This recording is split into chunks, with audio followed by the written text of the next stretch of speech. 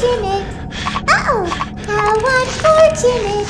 I know how much you like to fight, so I'll add a new problem to your night.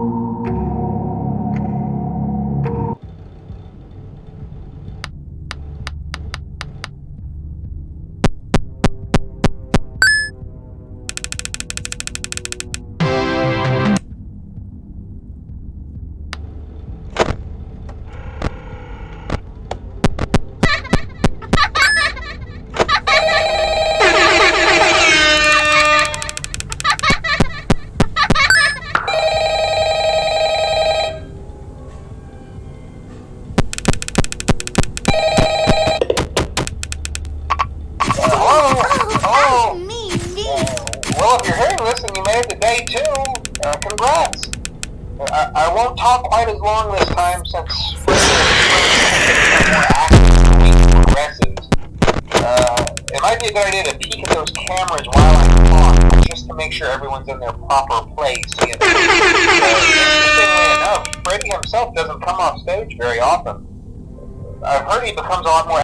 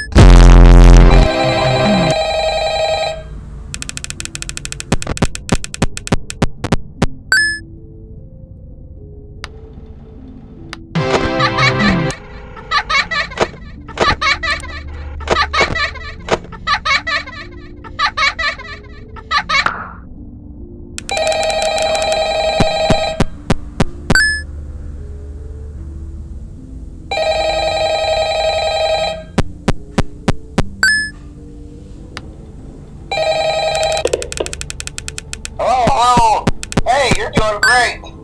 Most people don't last this long. I mean, they usually move on to other things by now. I'm not implying that they died. That's not what I meant.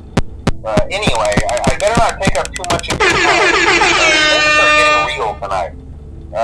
Hey, listen, I had an idea. If you happen to get caught and want to avoid getting stuffed into a Freddy suit, try playing dead. Go limp. Then there's a chance that maybe they'll think that you're an empty costume instead. Then again, if they think you're an empty costume, they might try to stuff a metal skin.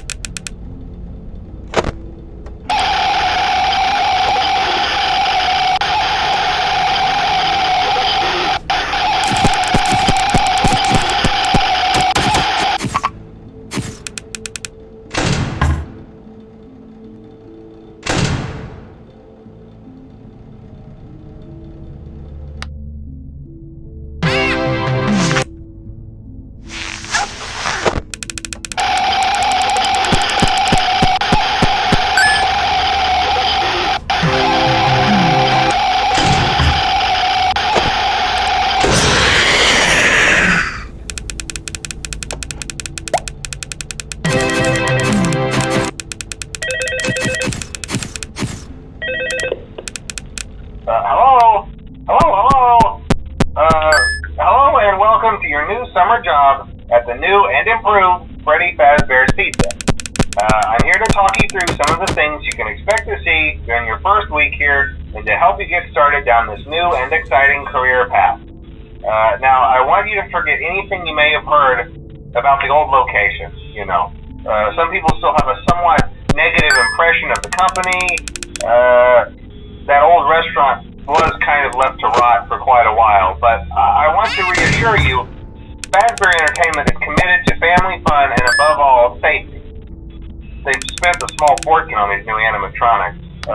Facial recognition, advanced mobility. They even let them walk around during the day. Isn't that neat? But most importantly, they're all tied into some kind of criminal database so they can detect a predator a mile away. Heck, we should be paying them to guard you. Now that being said, no new system is without its kinks. You're only the second guard to work at that location. The first guy finished his week but complained about conditions. We switched him over to the day shift. So, hey, lucky you, right? Mainly he expressed concern that certain characters seemed to move around at night and even attempted to get into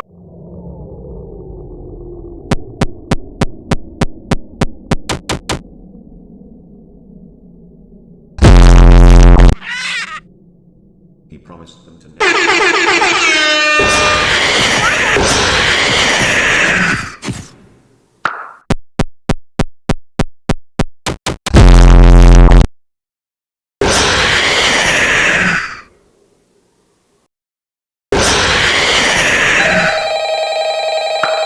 He promised them to never leave him.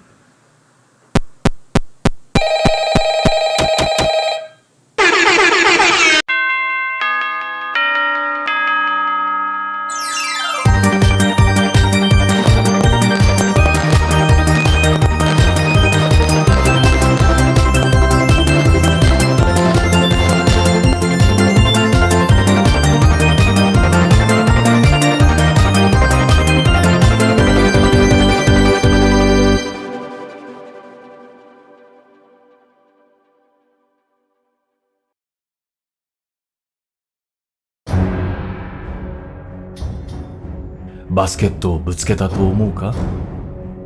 彼らはものすごく怒っていて、水に放り投げられると同時に彼らは私のために来る。ひどい匂いも。私が最後に過ごした時、私はそこに沈んだ。私がそこにいる間、私はビジョンを持っていたと思う。私は私の先祖に会った。彼らは生きていた時代がどんなに優れていたのか。そして最近は子供たちが権威を尊重せず、ビデオゲームに明け暮れ、ポテトチップスを食べる様子を教えてくれた。尊敬も規律もなし。私は彼らに不平を言うのをやめるように言った。私は人生において先祖のビジョンを探してきた。そしてついに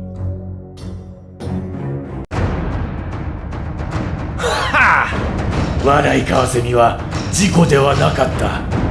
私は死ぬ日までそのバカなクマをトロールするつもりだ。それではまた我が人生と目的の状態について何が言えるか。目的はあるのか？私はそれを持っていたのか？それは深い謎だ。怒りの道場に座って、誰かここから下ろしてくれ。解決できないと思う。それは自ら呼ぶもの。私はそれを何と呼ぶべきかと思った。なれなければならないと思う。ここのアンタゴニストになるつもりなら、私は少なくとも私の隠れ家の名前を持たなければならない。私は自分の時間と何か関係があるのか？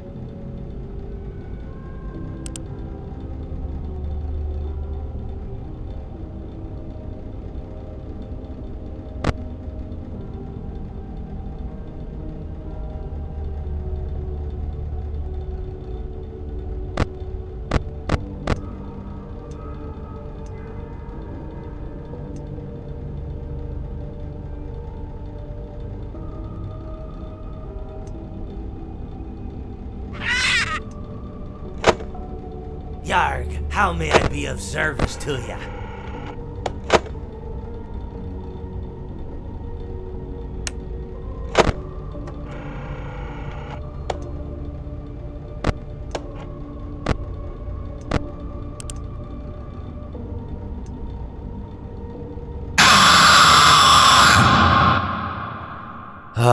It seems that you have met your end.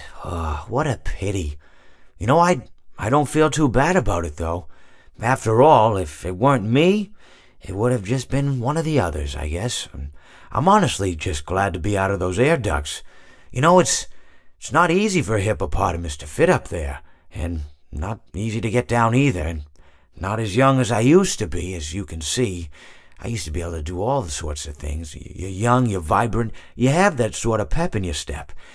It reminds me of a conversation I was having with one of my good friends, Orville. We were having a nice picnic one day. I believe it was summer. No, perhaps it was it the fall? Yes. It was the fall because the leaves had turned already. But I said to Orville, I says, Orville, I have a story to tell you. And Orville looked at me, kind of odd and said, what's it about? I said to him, not every story has to be about something, Orville. Sometimes a person just wants to talk. Why does everything have to be a story? I said to him.